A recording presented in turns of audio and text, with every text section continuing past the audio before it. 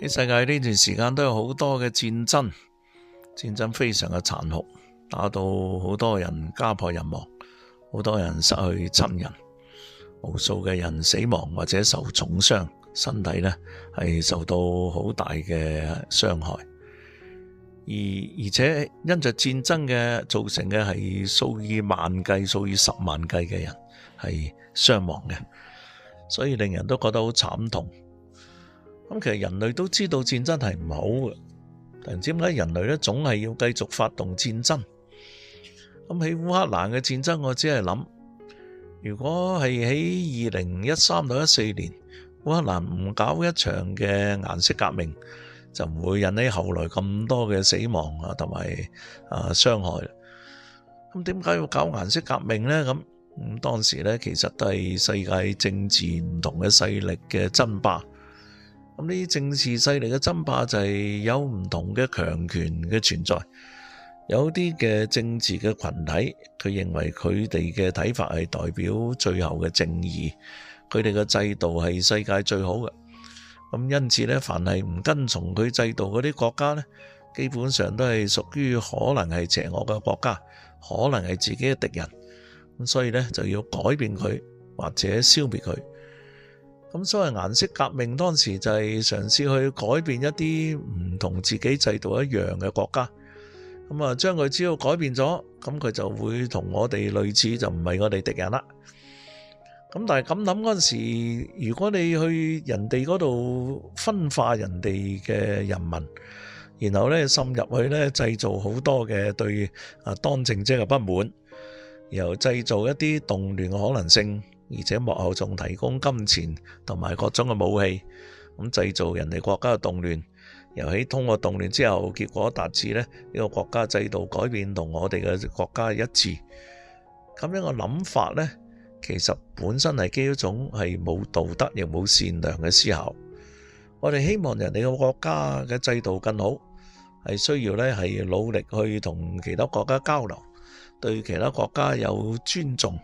然之後對人哋嘅民族嘅文化有欣賞，喺交流之中可以幫助佢去改進佢哋嘅制度嘅不足，然後逐步咧改善咧，令到佢哋可以達至更好嘅制度。呢個係和平嘅方式，唔係咧搞顏色革命嘅方式。咁呢個係好嘅，如果咁做係好嘅嚇。咁但係咧，人如果要搞顏色革命方式，就係要通過分化、通過煽動、通過搞亂人哋。然後達至咧一個嘅大動亂之後，以至個制度改咗跟自己嗰套，但跟自己嗰套係咪就一定變好呢？其實未必啊。其實世界冇一種制度係好，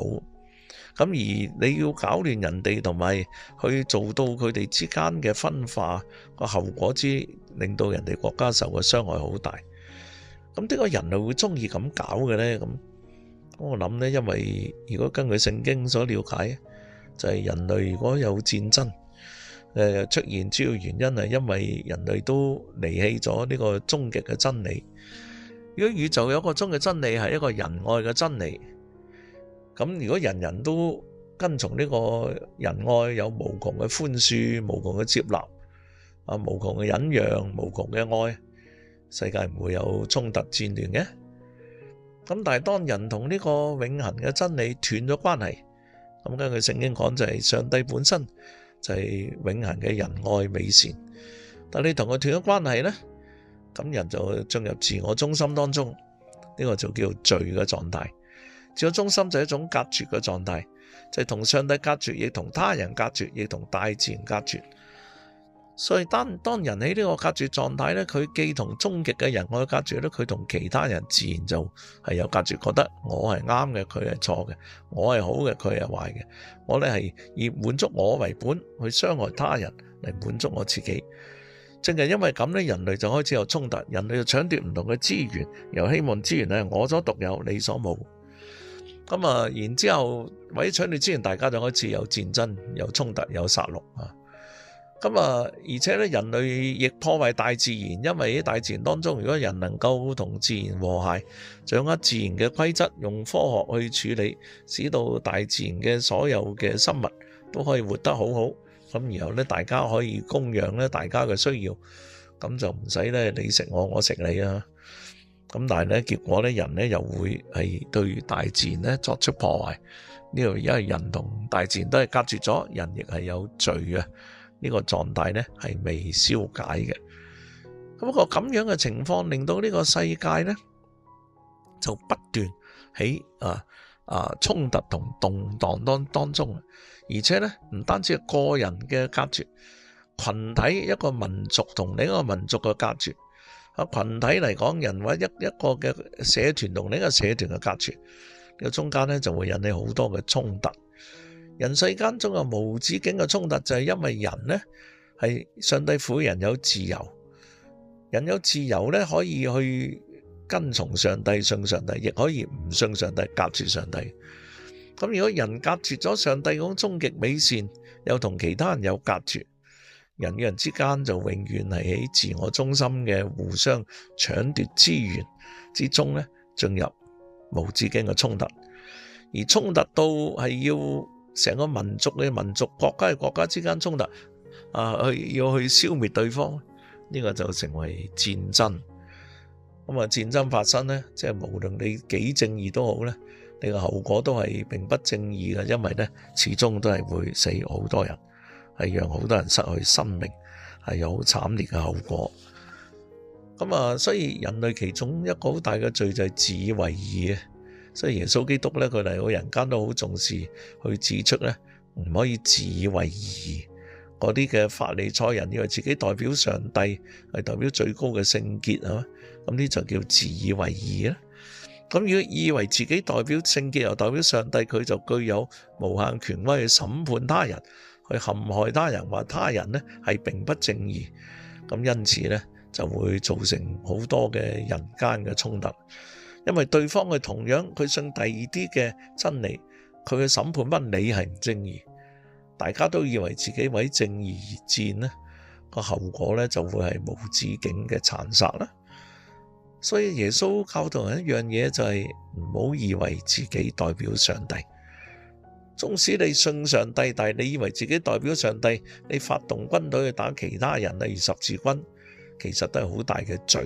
你話為咗基督教，你為咗耶穌基督去打仗，咁就係最大嘅罪，因為你就係違背咗耶穌基督，你先以基督之名去打仗，侵害人哋嘅民族、人哋嘅宗教，咁人哋又奉佢哋嘅宗教嘅名嚟傷害翻你，就無止境鬥落去。所以耶穌基督教導我哋第一樣就係要明白呢，我哋唔係等於神，咁我哋係喺個罪嘅狀態當中，喺隔絕嘅狀態當中。咁人第一樣要處理自己裏面嗰個罪，要承認自己唔係神不得已，就要承認自己有好多嘅錯誤，又犯好多罪。咁其實冇人係完全善良嘅，因為個個人心裏面都會有自私、貪婪、驕傲、情慾。縱使冇做都會諗，好人就冇做，不過佢會諗。咁佢做咗嗰啲就叫壞人。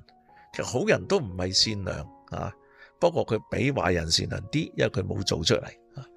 咁所以無論好人壞人，其實都需要有一個悔改嘅過程。悔改就係承認自己有罪，而且自己都犯過好多罪。我心裏面犯過罪，縱使我冇做壞事，我冇害過人，我冇殺人放火，我冇呃人，但係我自己心裏面一樣有情慾，一樣有驕傲，一樣有自大，一樣有貪婪。呢啲罪其實每日都要嚟到上帝面前求主寬恕嘅，而且呢，我哋每日都要喺神面前求主潔淨我哋嘅罪。其實耶穌基督嚟，佢做一樣好重要嘅嘢，就係話呢，佢要潔淨我哋嘅罪。罪嘅潔淨就係話佢代我哋承受罪應有嘅懲罰，所以佢釘死喺十字架。佢釘十字架，因為佢自己冇罪，但係佢願意承受一個好大嘅懲罰，係因為佢取代我哋嘅罪，接受呢個懲罰，以至到我哋可以免咗嗰個懲罰，以至到我哋可以得到上帝寬恕，而且呢係上帝接納我哋成為佢嘅兒女。我哋就回復嗰個同天地嗰種無盡嘅恩情、無盡嘅親情、無盡嘅愛，呢個就係上帝，我哋回復嗰個關係。如果我哋真係得到上帝嘅接納同潔淨，因為上帝愛真係藉聖靈之後，我哋裏面就開始對他人有好深嘅惻隱之心，有憐憫有愛。當我哋能夠愛其他人嘅時候呢，耶穌更教導我哋一樣好重要嘅嘢，就係連仇敵都要愛。我哋唔可以諗住去報復，我哋唔諗住去害人，我哋要連仇敵呢都要愛呢，嗰個就係愛嘅最高。所以耶穌教導我哋呢係要愛仇敵呢，最基本就係話讓我哋去唔諗住去報仇，又唔諗住呢去將仇敵嚟到毀滅，而明白佢喺上帝面前都係一個人，一個係上帝愛嘅人。所以我要學習上帝嘅角度去愛佢，唔係去即係諗住佢有咩錯。你要原諒佢嘅罪呢，而通過原諒同愛可以改變另外一個人。咁嗰個人本來犯好多罪，佢又害咗你，但係你願意原諒佢愛佢呢，其實可以令到佢有所感動呢，回翻去上帝嗰度，佢亦得到上帝愛呢，佢就會得到寬恕。咁佢做翻愛人嘅，唔係做一個害人嘅人呢。如果世界大家都係咁呢，呢個就係好似上帝嘅國度一樣啦，就係天國啊。咁但係現實世界當然唔係個個都識得去愛人，又唔係個個都識得去寬恕人，或者去不作報復。咁人呢，總係紀念仇恨，縱使信咗上帝都會有好多仇恨嘅心啊。咁所以呢，我哋都要喺靈性上呢，時常回到上帝嘅面前，去承認自己嘅罪過。一個人如果能夠不斷自潔，你就成為上帝合用嘅器皿，上帝就會用你呢成為一個呢係佢可以用嘅人。其實我哋注意一樣嘢呢，上帝對每個人都寫咗一個劇本。聖經所講就係我哋呢係我哋嘅一生都寫喺上帝嘅冊子嗰度嘅。呢個就係記載喺詩篇係139篇嘅16節我尚未到一日，你都寫在你的冊子上即係其實我嘅一生，你定咗我有一個應該理想發展嘅方向。不過我有自由去唔跟我有自由唔去走出上帝安排我嘅道路。咁當然我就會係喺現實世界度浮沉打滾，亦喺好多嘅鬥爭中，我傷害人，人又傷害我。但如果我哋有一個嘅悔改，我哋翻返去上帝嘅面前呢，我哋就係話，天父，其實我知道我嘅生命喺你面前係寶貴，我嘅一切，我嘅受造，我俾你嘅創造出嚟係奇妙可畏嘅咁所以其實你係知道我嘅。咁我今日係嚟到你面前，我願意話，如果你揀選我做一樣美好嘅嘢，呢個係你所定嘅對我嘅要求，我願意去跟從。我願意將你嘅美善慈愛帶俾呢個人間，我願意做你交託俾我嘅使命，讓我對他人付出真正嘅愛。而只有當付出真正嘅愛，我先能夠改變好多本來沉淪喺罪惡當中，或者好多嘅鬥爭殺戮當中嘅人。因為呢係愛可以改變人，所以耶穌亦講到律法同先知書最大嘅誡命就係愛。人要先愛上帝，盡心盡性盡意去愛主你的神，其次係愛人如己。如果我哋學會去愛其他人好似自己一樣，縱使嗰個係敵人，或者嗰個係得罪我嘅人，或者縱使嗰個係好唔值得我愛嘅，但我就去愛佢呢，我嘅生命就進入一種神聖嘅美善當中呢，係體會到上帝嗰個湧落嚟嘅慈愛美善。呢種慈愛美善係